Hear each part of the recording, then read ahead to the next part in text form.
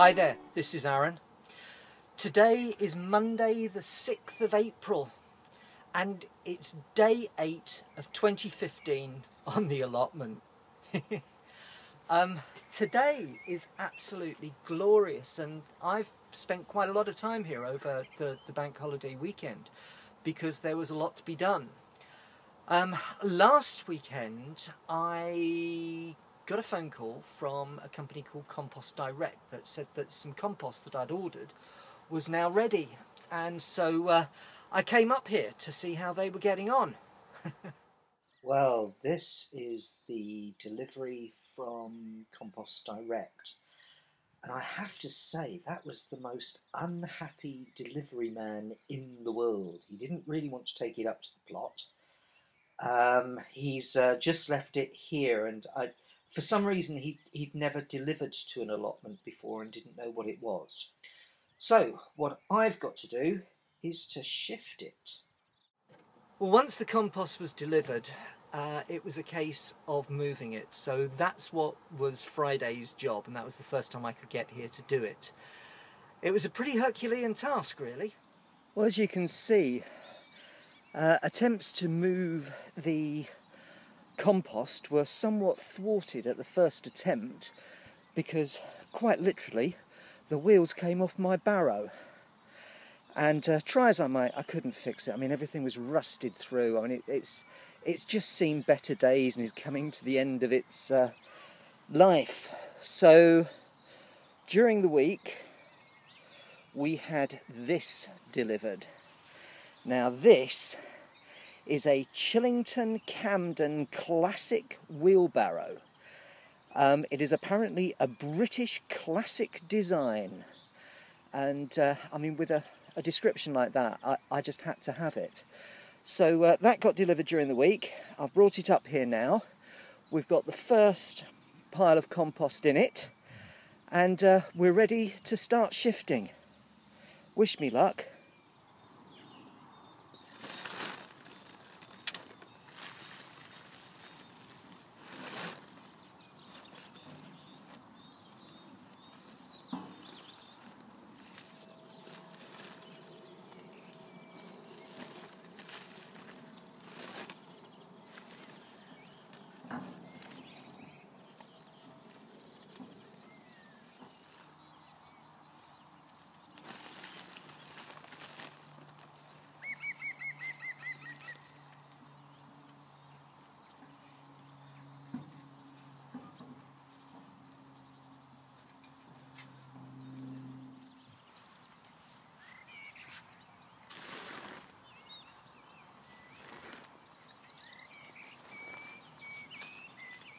By inch, row by row, gonna make this garden grow. All I need is a rake and a hoe and a piece of fertile ground.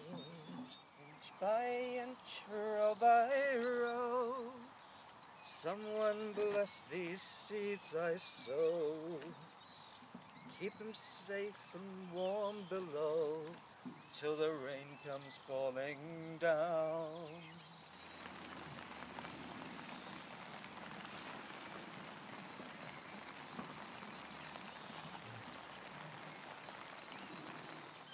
Well guys, I had to stop filming because it's been coming down really not very pleasant rain, but I did carry on working, and there's something I'm going to show you. I've got to be quick because the rain's coming down. I don't want the camera to get wet, but you can see there's the compost, and there is the 1-ton bag. I've shifted it all from up there down to here. It took 12 barrow loads, and then I was able to load up the bag into the barrow and bring it down. So it's all here. Tomorrow we plant potatoes.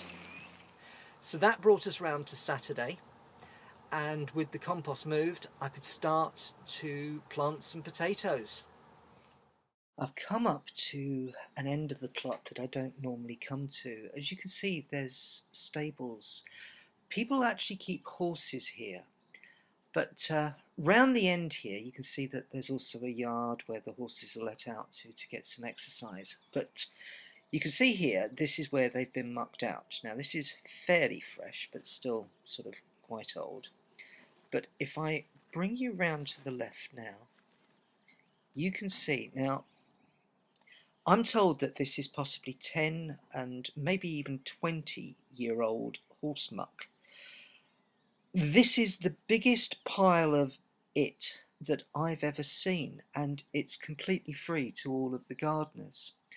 So what I'm about to do is to load up my barrow so that then I've got lots of absolute black gold horse manure to plant my potatoes with.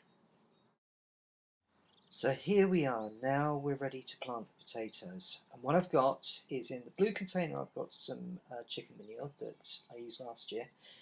We've also got some fish blood and bone. In the yellow container is hoof and horn, and I've got some superphosphate and also some potash.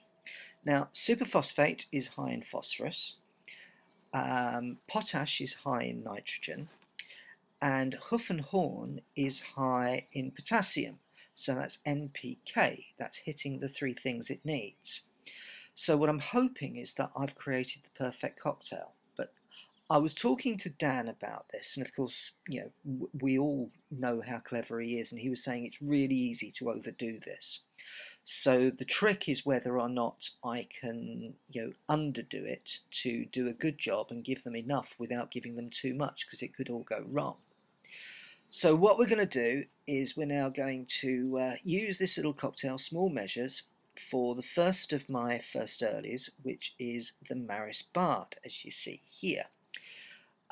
They've been chitting for only a week or so because they arrived in March from JBA seed potatoes. They've got little tiny chits. So we're going to start to put these in the bags, 2 and then 2, halfway up, so 4 in a bag. And let's get this season's potato planting underway. So here are my first potatoes planted. This is the Maris Bard, which is a super first early. So there's 5 along that back row, and then the first 2 of the second row. They are all Maris Bard. They've all been planted with the 2 and then 2 further halfway up, as they are a first early. Now, one thing that just struck me as I was doing this is that, yeah, there's no point ignoring the soil that's here, because it's really good, and there's a whole sort of life system, an ecosystem going on there. So what I've actually done is, with the compost and the manure which I've used, I've also used the loam and of course the various fertilisers. Now what I'm hoping is that I've got the best of both worlds here. I could have completely got this wrong, and you know, you guys out there that know much more than I do, I'm really interested, but as I was doing it, it seemed like a good idea, so that's what I have done. But right, Potatoes 2015 has started. That's 1 in. Now for the others. So here we are, ready to start off again. I need to do 7 more bags, so same routine, with this time Duke of York, which is another first early, and I've got the sulphate of potash, the super phosphate, the hoof and horn, the fish blood and bone, and the chicken manure, and another fresh pile of ancient horse manure. So we're going to get cracking on these and make another dent in the compost pile as well. So let's see how we get on. Right, well that's the Duke of York in. The Maris Bard, if you remember, is on the back row, so there's the first 5 on the back row and then the first 2 on the left here of the second row. And so from there on, there's 1, 2, 3, 4, 5, 6, 7 of the Duke of York. So if I can now get the international kidney in, then that's all of my first earlies done for the year. And that's probably a job for tomorrow. Well, we're here with another barrow load of muck.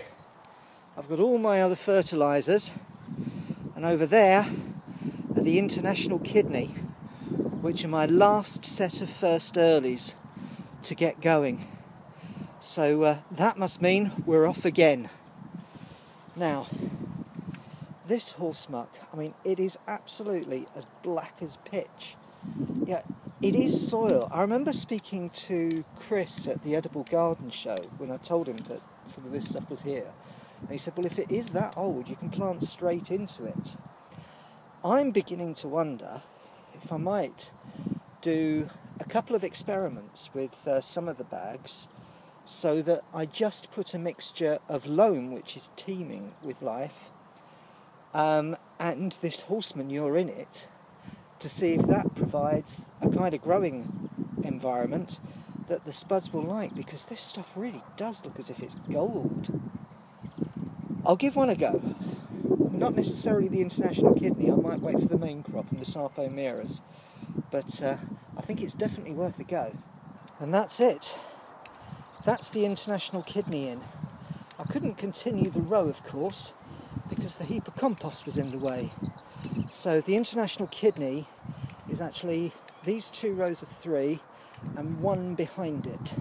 So they are all the international kidney.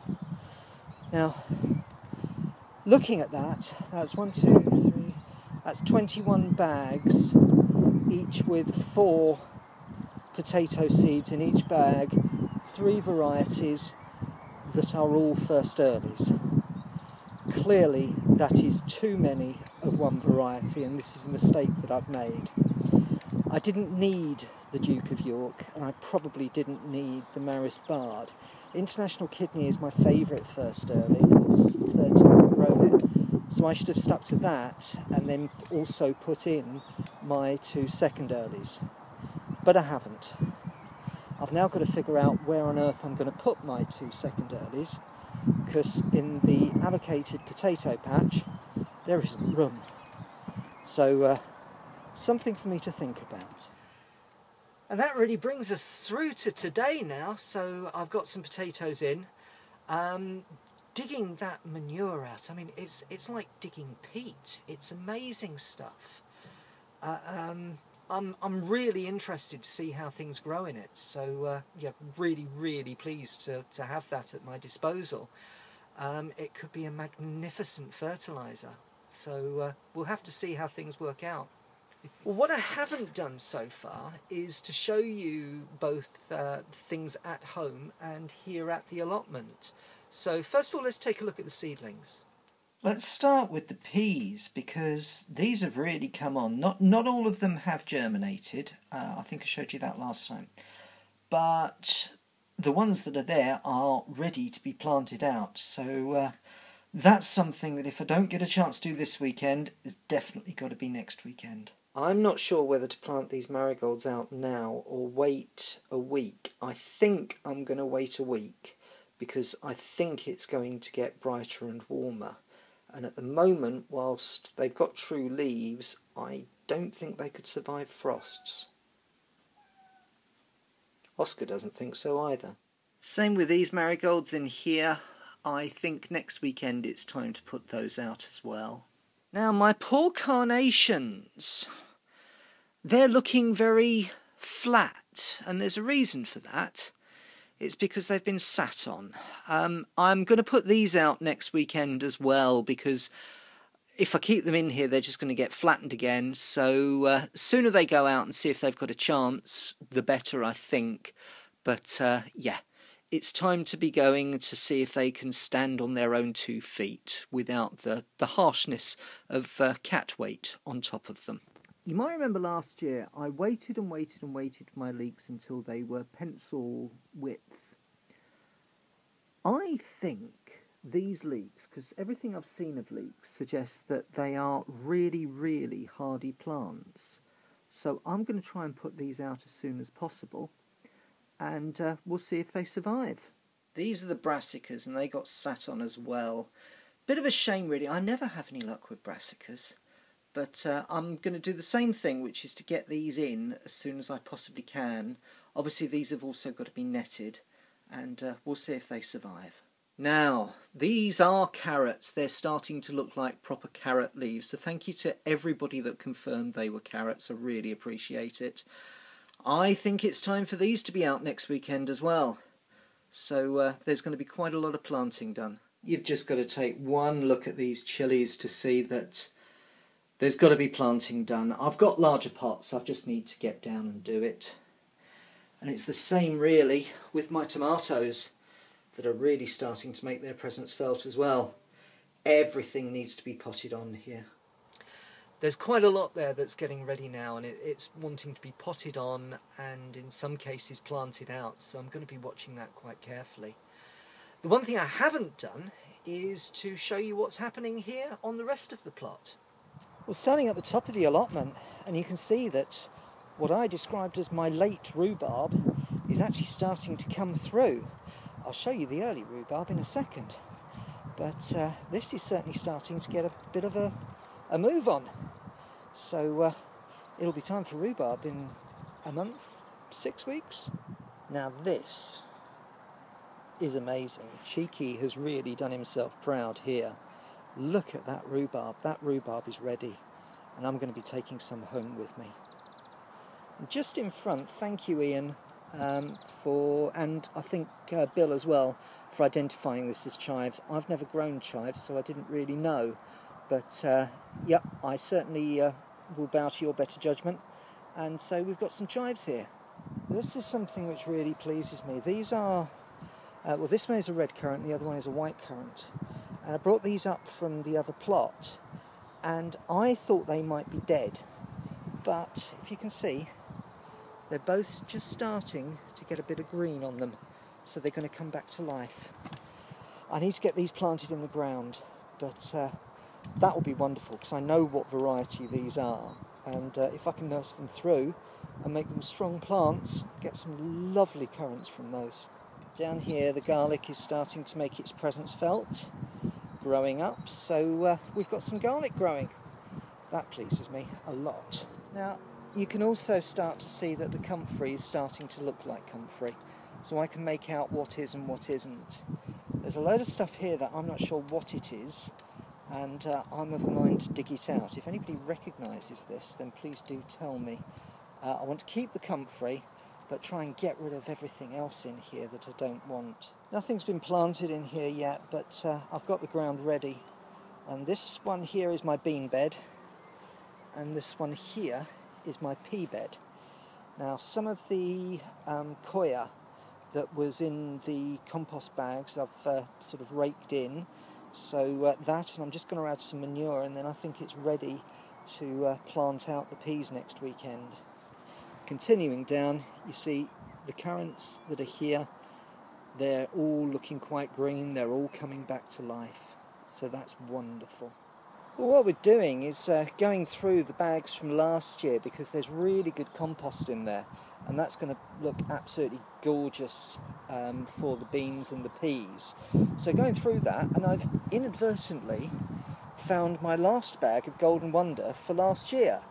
So we actually have an accidental potato reveal going on. So we'll see what we get. And there is the reveal, which, I mean, they're Golden Wonder and they are a really good size. I don't think I've had Golden Wonder potatoes that have been that size. And I suppose you could say that is my first harvest on this new plot. I mean, it's a total cheat. It wasn't grown here, it was brought here. But all the same, it feels nice to be going home with something in your carrier bag, and we're only just into April. So there we've got a first harvest from the new plot. Some Golden Wonder potatoes and some rhubarb. It doesn't get much better than this. And so I guess that brings us to the end of the day.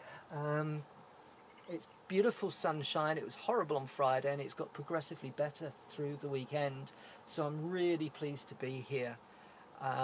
It feels like I'm doing something worthwhile on days like today.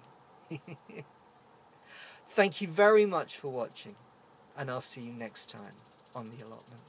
Goodbye.